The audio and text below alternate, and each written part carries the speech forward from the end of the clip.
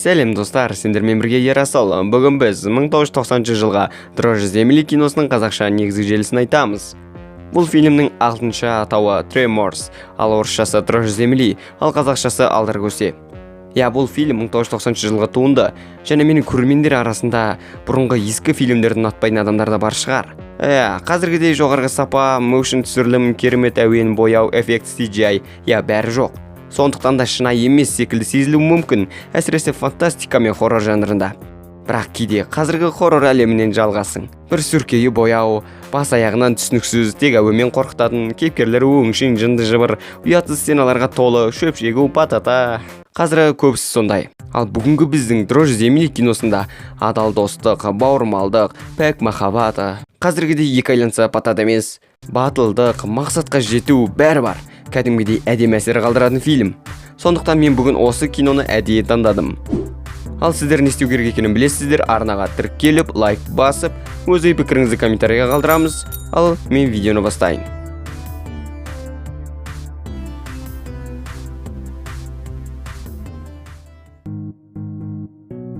Кино Қошқар мен Текенің оқиғасымен басталады. Бұл біздің басты кейіпкерлердің жап-жаңа есімі, өйткені біздің кейіпкерлердің жұбы жазылмайтын жан достар, сондықтан осындай ат бердім.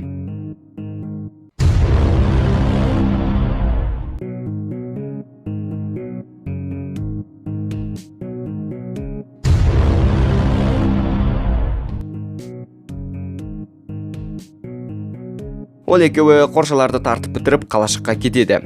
Теке, бүгін қоқыс күні ғой. Не, тағы болып қойды ма? Екеуі келе жатып жолда көлікпен тоқтап тұрған қызды көреді. Ұзын сары шаш, дәу мөлдіреген жасыл көздері, 90-60-90 фигура. Осындай қыз менің арманым. Бұл Текенің қиялындағы ару емес. Сейсмология маманы Ронда. Ол бұл жерге жердің қозғалысын зерттеуге, өлшеуге келген. Ол қыз біздің Қошқар мен Текеге сейсмолография жайлы сұрақтарын қойғанда, әліппеден ары қарай сауаты жоқ біздің жігіттер тайып тұрады. Және тұмсығындағы кокаинді өшіруді айтып кетеді. Одан Қошқар мен Теке өзінің кереметтілік қалашығына келеді. Бұл жердің кереметі шөлдегі қалашықта 14 ақ тұрғыны бар. Бұл жердегі ең қалталы бизнесмен Қытай шал. Ол шалда дүкені және дәмханасы бар. Және сол дүкеннен кетчуп, қытырлақтармен қоса оқ-дәрі сатып алып тұрған. Оқ-дәрі? Ерлі зайыпты, бұйрашаш пен бұқабай. Және бұл қалашықта мұртты шалы сары кісі, тағы бір кісі, сары келіншектің қызы, секеңдеген сары қыз, осылар бар. Бәрі тып-тыныш өз өмірін жалғастырып жатқанда жердің астынан бір бәле сезіледі.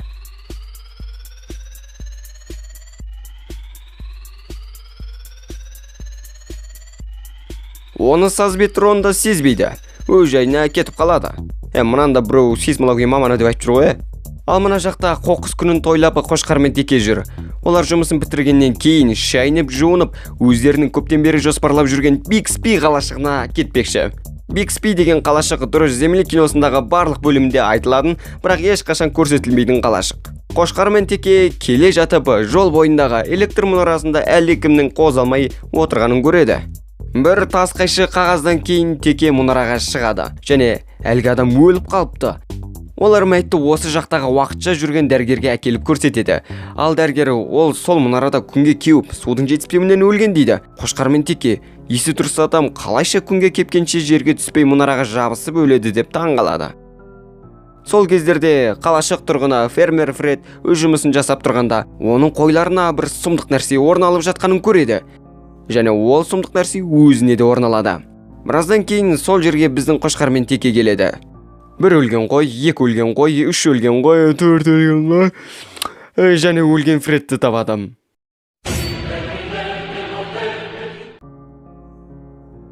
Олар зымырап жоғалайын десе, көліктері тұрып қалады. Сол кезде Текенің қабілетімен олар шығып кетеді.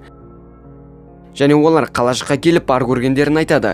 Және сол кезде олардың көлігінің астынан бір құрт секілді дәу нәрсе көрінеді. Сөйтсе олар бағана құмға тұрып қалмаған. Оларды осы құрт секілді нәрсе ұстап алған екен. Бұл сорлы дамымаған қалашықта не телефон істемейді, не көлік жүрмейді. Жолда жабылып, бәрі басын ұстап отырып қалады. Ал жер астында бір белгісіз бір жыртқыш тіршілік иесі жүр. Ал сол сәтте оларға Қытай шалдың жылқылары бар екен естеріне түсіп кетеді. өлсе осы екеуі өлсін деп Қошқар мен Текені жылқыларға мінгізіп, таңертең Бикспи қаласына көмек сұрауға жібереді.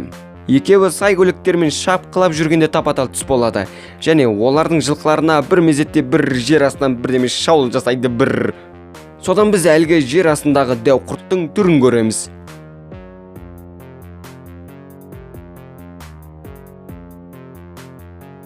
Қошқар мен Теке жанұшыра қашады, және олар апат арғынан секіреміз деп қабілетсіздікпен жетпей қалады. Ажал деген осы екен деп тұрғанда, дәу құрттың ана бір дәу денесінде тауқың миындай ми жоқ екен де бетонға баспен ұрып өле қалады. Және осы маңда Ронда да жүр екен. Бұл бәле олар ойлағаннан үлкен екен. Содан біздің сейсмолог Ронда осы аумақта жер қозғалысын осы құрт істеген болса, бұл жерде осындай толқыннан 3 тағы болған. Демек, осындай дәу құрттан тағы 3 бар деген сөз. Деп тұрғанда әлгі 3-дің біреуі осы маңға келіп қояды. Ал біздің 3-і жүгіре кетіп дәу тасқа шығып алады. Және Ронда бұл құрттар дыбыспен қозғалысты сезетін сияқты деген өзінің теориясын айтады. Ол 3-і дәу тастың үстінде қамалып бір күн өткізеді. Таң атып әлгі құрт енді кеткен шығар деп тексерсе, әлгі құрты әлі жүр.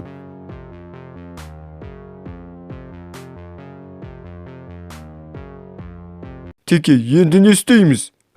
Әлгі кешеге ұқсап жүгіріп қашайық. Қуасың ба? Сен біреуінен қашып келе жатқанда екіншісі шығып келсе қайтесің?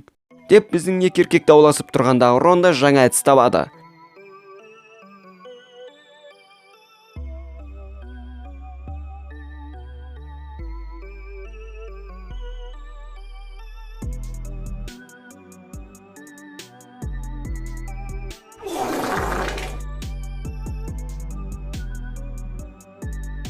Олар осылай секектеп жүріп Ронданың көлігіне келеді. Сөйтіп қалашыққа қайтып келеді. Бәрі енді не істерін білмей бастары қатып қалады. Сөйтіп тұрғанда олардың қалашығына әлгі құрттар келіп қояды.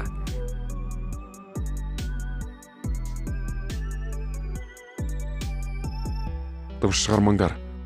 Тыныш.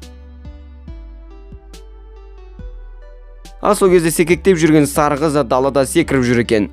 Біздің Теке ер жүректікпен оны құтқарады.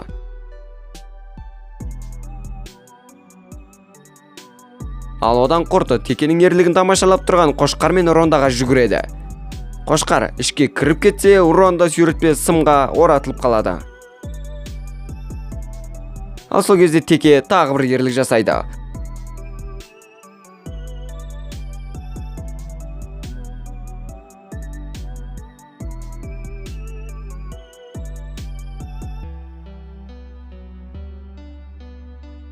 Одан біздің джентльмен Теке Ронданың сымға жарақаттанып қалған аяғын емдеп танып береді. Бәрі демін алып уф деп отса, дәу құрттар үйдің ішіне қонаққа келеді, және Қытай шалды жұтып қояды.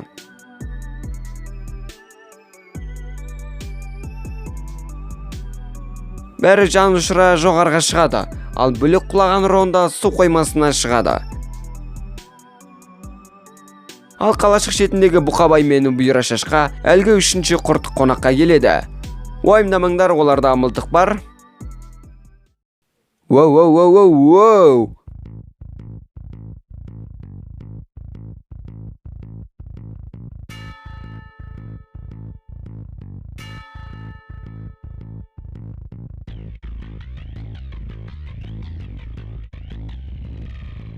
Әрине олар барлық мылтықты тексеріп және дәу құртты өлтіреді.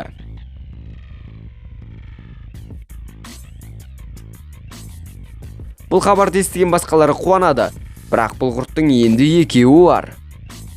Және олардың ашуы келді ма, олар әрекетке көшеді.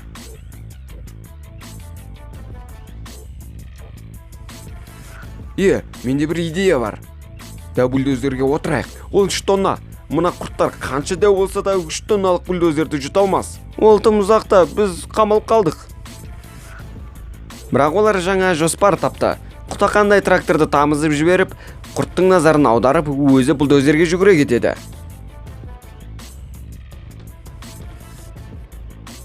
Осылай бәрі бульдозерге отырып, тасбақадай жорғалап Бикспиге қарай кетеді. Қашан жетерлерін өздері де білмейді. Бірақ жер астындағы құрттар бульдозерді жұта алмаса да, олардың артынан қалмай еріп отырады. және құрттар бульдозерді тұзаққа түсіреді.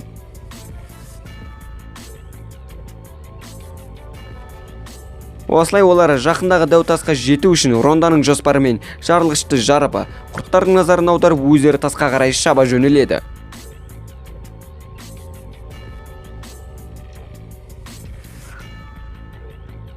Олар тасқа жеткенімен бұл құрттар өлмесе, олар өледі. Сондықтан олар енді құрттарды аулауға көшті.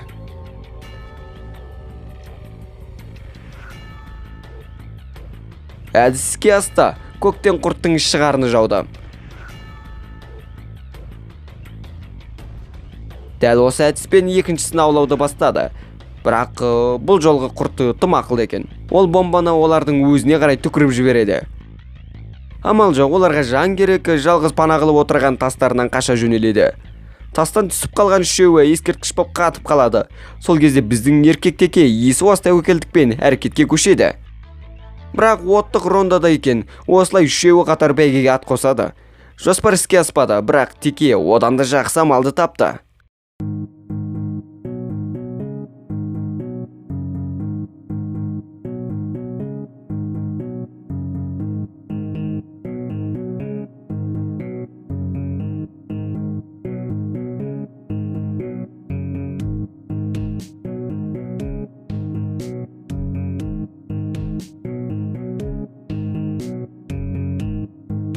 Осылай бәрі аяқталды.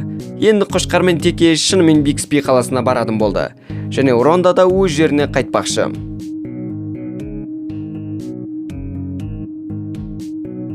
Қызды осылай ғана жібере сала ма? Әрине жоқ. Кино осылай аяқталды. Бәрі мақсатына жетті, бақытты аяқталу.